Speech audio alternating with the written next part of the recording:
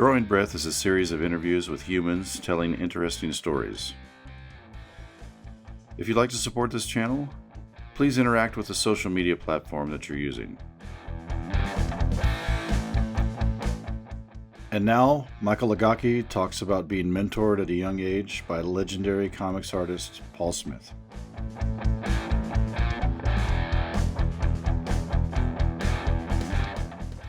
So I met Paul Smith at a convention and showed him my artwork. And not only was he like super nice to me, but he took my address and he ended up mentoring me a little bit. And Paul Smith famously, like when he came off his X-Men run, he was like known for like, Paul made some money, he's going to go take off for 6 months and ride around Europe and nobody will be able to get a hold of him. He's like into motorcycling across Europe and like, so he was known for like being popular, but kind of bopping in and out of the industry. And, but anyway, he went out of his way to like really be kind to me and like send me a couple like lessons. And like, I can't wait to pull out these papers too, because he would do things like, he would be like, buy this eraser, and then he'd draw it. Drew the eraser? Absolutely. Buy this eraser. He would say everything he sent me, if I remember correctly, was like on long yellow legal paper. But then it was amazing. No, it was amazing. I don't know what caused him to do it other than probably my enthusiasm when I met him. And just the idea that I might be serious about making comics from a young age. Because, I got serious about it when I was like 15. So I don't think this was terribly long after that. So, okay, so then he sent me stuff and I appreciated it. I'm sure I replied, but I don't like really remember that specifically. But the next time I ran into him was at San Diego. So I was at San Diego with Bob Lipke and Head Press, and Paul was there. And I went and showed him some of my new artwork, which was Tales of High School Horror. Okay. And just like this drawing where I'm drawing right here, that's like how Paul drew eyes in Leave It to Chance, his book Leave It to Chance. He didn't draw the whole pupil or the eyelid or anything like that. He put these dots there and it just like is a charming shorthand. So I saw him at San Diego and I showed him that work and I registered a moment of shock on his face when I was like, oh, or not, no, nothing was said, but he clearly was like, oh my God, this kid's drawing with me, which wasn't what he necessarily had intended, I'm sure. But like I said, at that time, I was already really into Will Eisner. And so this idea, and I loved like Rick Geary. I love Rick Geary. So this idea of like drawing that way and with a really bold, cartoony line for comics, it didn't just come from Paul, but it came from a bunch of sources I was looking at then. So anyway, then I had that conversation with him at San Diego, and it was a great conversation, but we really didn't get to spend a lot of time together. And then it was probably 10 years before our next interaction. And it was, where do you see him that time? I saw him at a show that Mark Walters put on. He does a lot of the comic shows in Dallas. So it was probably in the Richardson Convention Center or something like that. And Paul was a guest and I couldn't wait to see him. So I go there with Ghostworks. I don't even think I was like actually working with them I was always working with Ghostworks. I'm the founder, but I mean that day. Specifically, like I don't know if I had the whole day free and ran the table like they did. I might have just come to the show, but I'm not sure on that.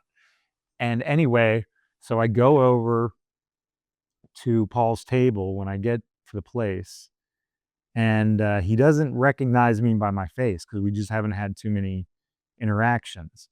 But I say, Paul, I don't know if you remember me, but you mentored me when I was young. You send me some drawings and all this kind of stuff. My name is Michael. And he screams out the word Lagocki. He's just like bellowing out the hallway, Wow. And he was like really, really happy to see me. And we had this great conversation. And I promised him I'd never let contact die again. And then immediately let contact die again. But, and still haven't reached out to him. But he was so kind and so joyful when he saw me. And we had a great talk. And then when I went back to Ghostworks table, they were like, who the are you? Like, what is this? You fucking comic legend screaming at you across the damn floor. It was just so cool. No, that's pretty impressive, yeah. Yeah, he did some pivotal X-Men issues in a great run.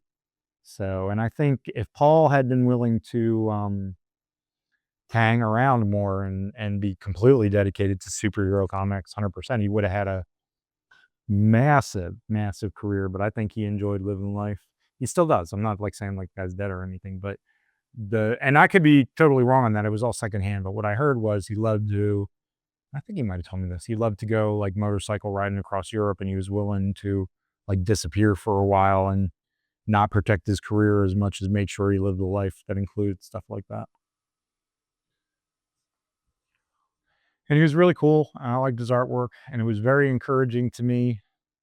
And yeah, I think I still see a lot of Paul Smith in some of the ways I draw. But man, what a cool dude, and a really cool artist who's made some great comics, Doctor Strange, and Chance, and great X-Men stuff, and just like he's a cool artist and he's a cool person, and you see him pop up every once in a while on covers, and I think he still does cons and stuff like that, and he's also the kind of artist that people would be excited to see on a new book. I like to talk to comic artists, and I like to meet people, and Paul was a person who went out of his way to have a great conversation with me and then keep up with me. What drove the fact that we got along cool and that I had this great experience was more that he was just a dude that was willing to put a few hours into being a mentor. Nobody does that, or they do it in the easiest way possible. They do it in a way that has no connection to it 5 minutes later.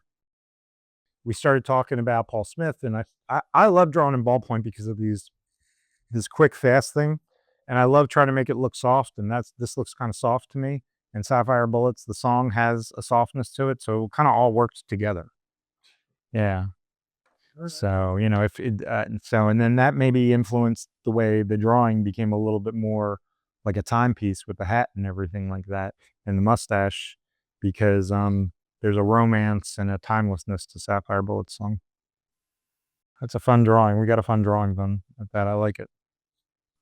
I've got a lot of stories to share that are Comic-Con meets and related, and Dude, the ghost workers here in Paul Smith Call Your Name is, so good. I mean, what could be better than that? It was a great moment in my life.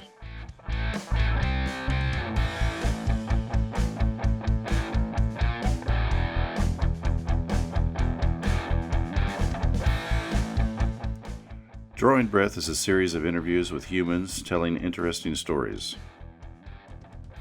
If you'd like to support this channel, please interact with the social media platform that you're using.